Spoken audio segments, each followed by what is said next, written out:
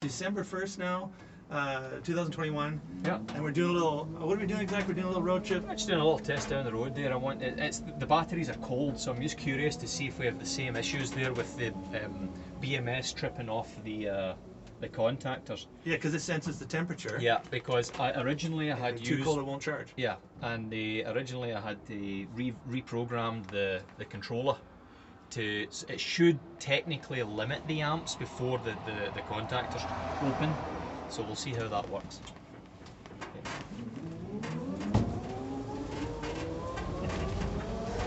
All sorts of noises.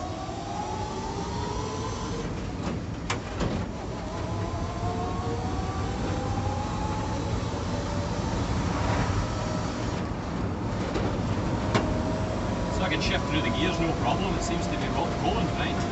It's running great. Yeah.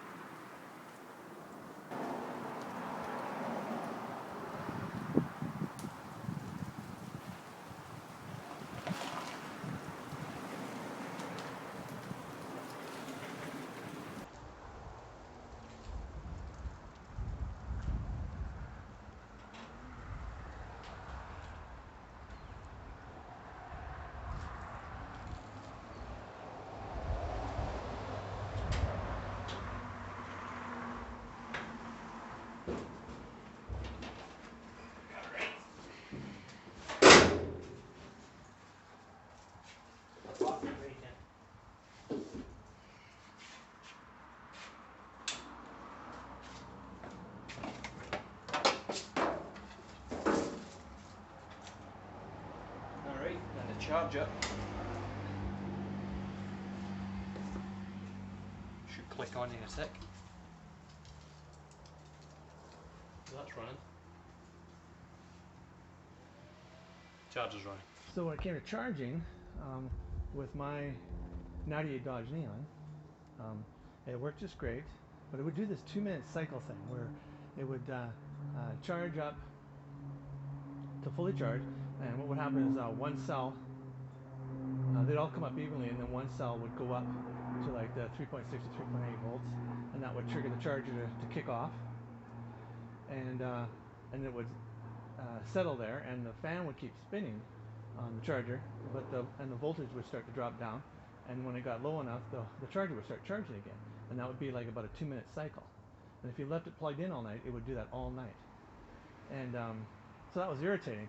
I didn't want that running like that all the time, so I would always come down late at night until it was finally doing that cycle, and I'd unplug it, or I would set the timer so it would start at like midnight, so by 4, 5 or 6 in the morning it would be just starting to do that cycle. But now the new BMS Orion system doesn't do that.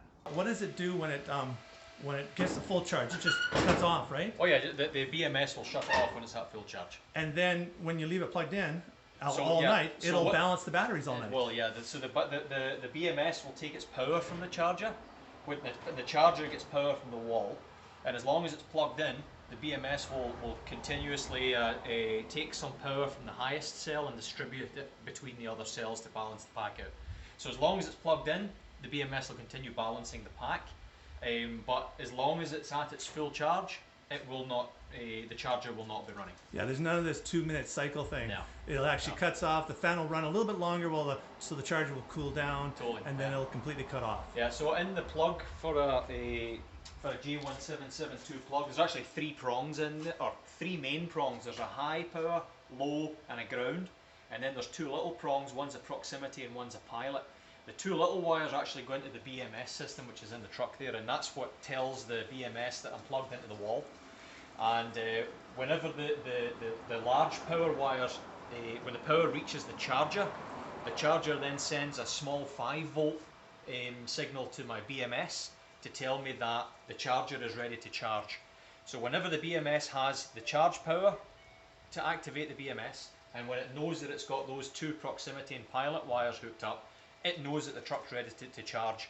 And if I turn the key on, the logic in the BMS will tell the truck that it's not allowed to drive. It will not allow the batteries to discharge. That's called a safety interlock, so that you can't drive the truck away while it's plugged into the wall, which is kind of neat.